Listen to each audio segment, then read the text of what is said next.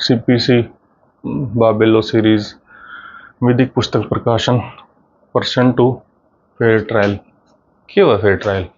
Fair trial जो है जो पार्टी दोनों कोर्ट में जावे है और दोनों जस्टिस मिला है, नोनी जिसका दोष हुआ है उसने आप घनी मार दिया, ठीक है, या फिर जिसका हक है उसने आप बढ़िया तरीका तो उसका हक ना दुआ।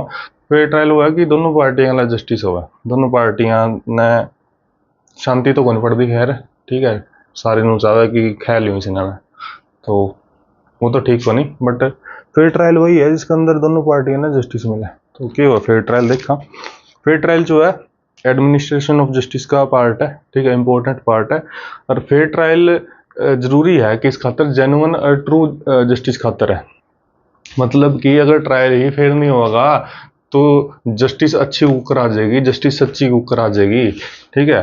मतलब अगर जज एक पार्टी का नहीं झुक रहा है, एक पार्टी उसने घनी मिट्टी लागे है, तो फेयर ट्रायल कुकर हो जाएगा। फिर तो सारे लोग कहेंगे भाई क्या फायदा कोर्ट में जाके, यार पीछे वाले के हैं कोर्ट, तो पीछे वाले ही जाके बड़ा जस्टिस लेवा है, अपने वर्गिया की इन्हें को नहीं मिलती जस्टिस, ठीक है।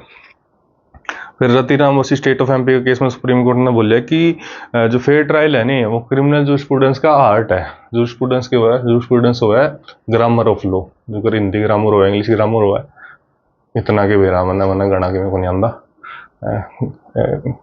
ग्रामर लॉ की ग्रामर है जो स्टूडेंट्स है। तो फेयर ट्रायल क्रिमिनल जो स्टूडेंट्स का आर्ट है, ठीक है। मतलब कि ये ट्रायल फेयर नहीं होगा नहीं तो क्रिमिनल जो स्टूडेंट्स का अटैक आ जाएगा, तो इस करके ट्रायल फेयर होना जरूरी है। उसके बाद कमिश्नर ऑफ दिल्ली पुलिस परवसी state registrar of Delhi high court का केस में कहा गया कि जो ट्रायल है नहीं वो प्रॉपर होना चाहिए और स्पीडी होना चाहिए, ठीक है। प्रॉपर का मतलब क्या है कि सारे जो प्रोसीजर है वो फॉलो होना चाहिए। स्पीडी का मतलब है कि तारीख पर तारीख वाला सिस्टम नहीं होना चाहिए। सुप्रीम कोर्ट ने एक केस में कहा था कि justice delay is justice denied, मतलब भाई तुम इतनी देर करने लग रहे हो जस्टिस देने में, तो क्या फायदा जस्टिस दे के? नाटे दे अगला ना भाई कौन ही जस्टिस बात जड़ता है, तो तोड़े तोड़े दे जस्टिस, ठीक है।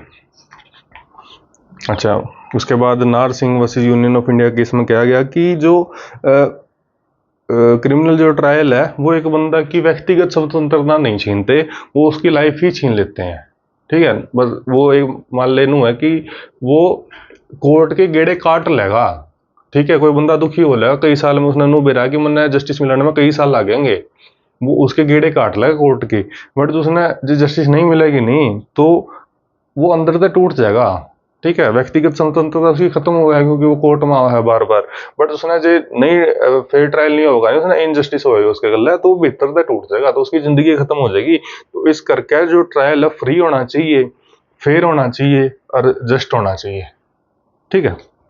इन तीनों वर्डों में थोड़ा थोड़ा फर्क है, तो हम समझ लियो। उसके बाद क्या है कि फेयर ट्रायल जो है वो आदमी का हक है, आदमी का हक खड़ा होना है।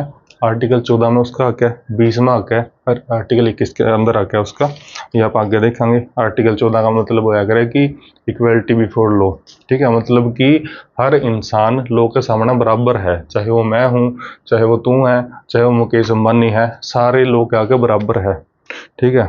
आसान ना पढ़ ले। ये बाकी रिक्वायरमेंट क्या है फेयर ट्रायल की?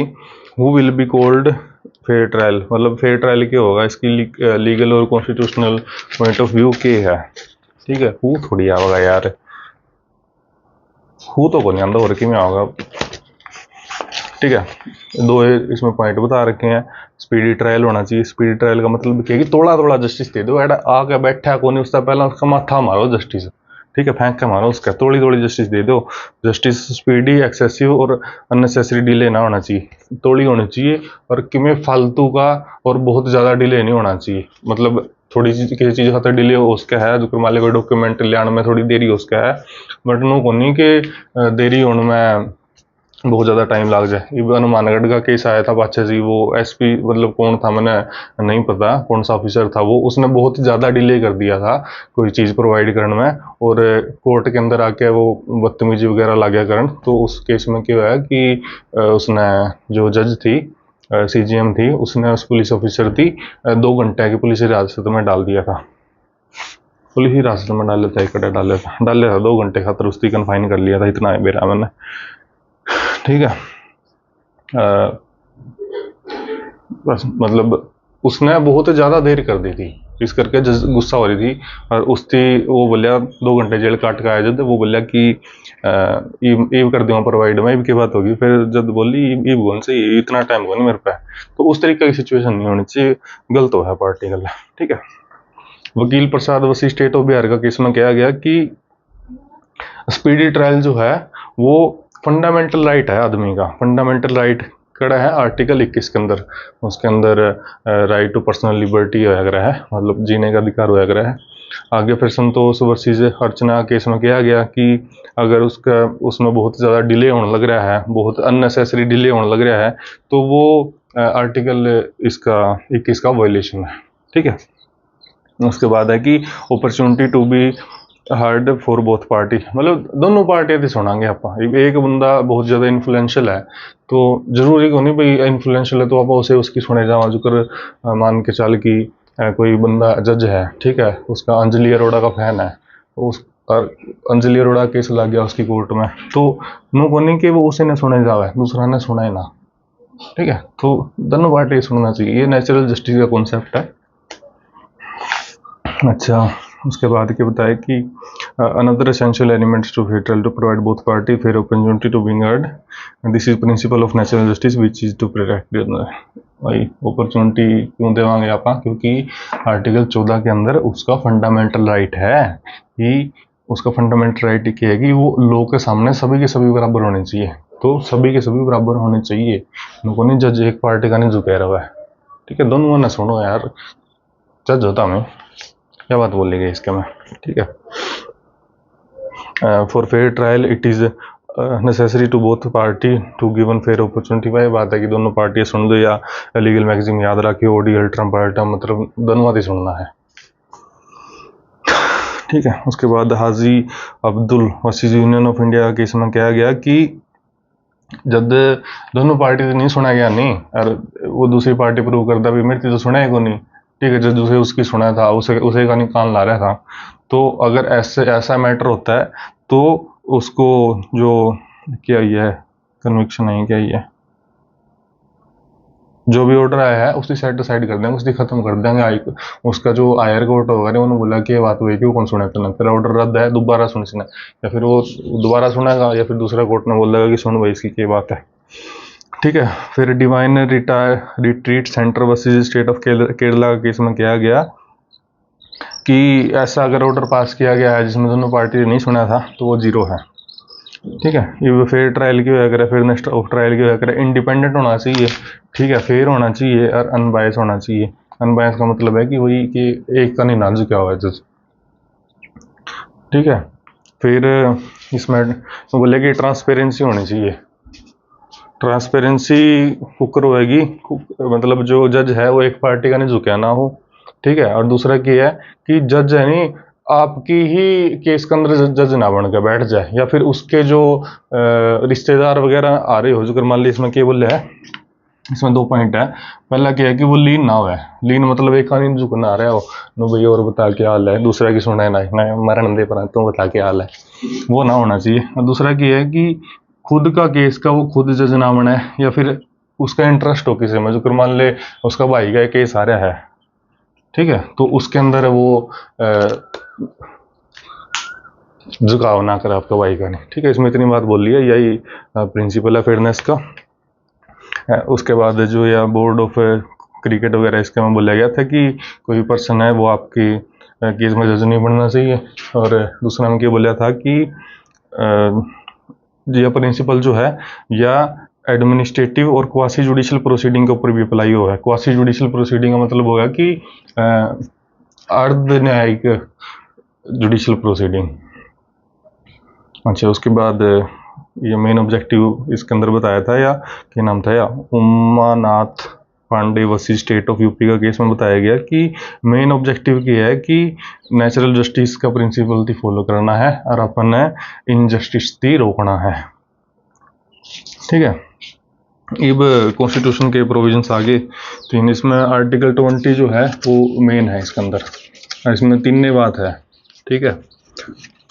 3 बात की है इसमें। पहली बात तो क्या है कि कोई पर्सन जो है नहीं वो उसने उसी टाइम की सजा मिलेगी जो उसने अपराध किया था। ठीक है, अपराध किया था। ठीक है, मान के चलो कि 1991 के अंदर कि मैं भी एग्जाम्पल ले लो, 1991 में क्या एग्जाम्पल लेवा, मान के चलो कि 1991 में डार्लिंग बोलना अपराध नहीं था किसी भी। ठीक है, अपन कह सकते हो डार्लिंग क्या हाल है किसी दी भी, मतलब छोरी थी नहीं किसी थी भी, छोरा थे भी यार दोस्ती भी, वो डार्लिंग क्या हाल है ये वो। ठीक है, ये नो मान के चलो कि आज 2025 ने कितनी है, आज 4 अप्रैल 2025 ने ऐसा कोई कांड हो गया कि डार्लिंग जो वर्ड नहीं अभद्र लागण लग गया, तो कल का दिन सरकार ने क्या किया, वो कह दिया भाई डार्लिंग वर्ड कोई नहीं बोल जाएगा, जुबान काट लेंगे साड़ा ही कोई बोल गया तो। अच्छा, ईब कोई बंदा आके नू नहीं कह सकता भाई बाबूजी एक बंदा ने 1991 में डार्लिंग बोला है मरती।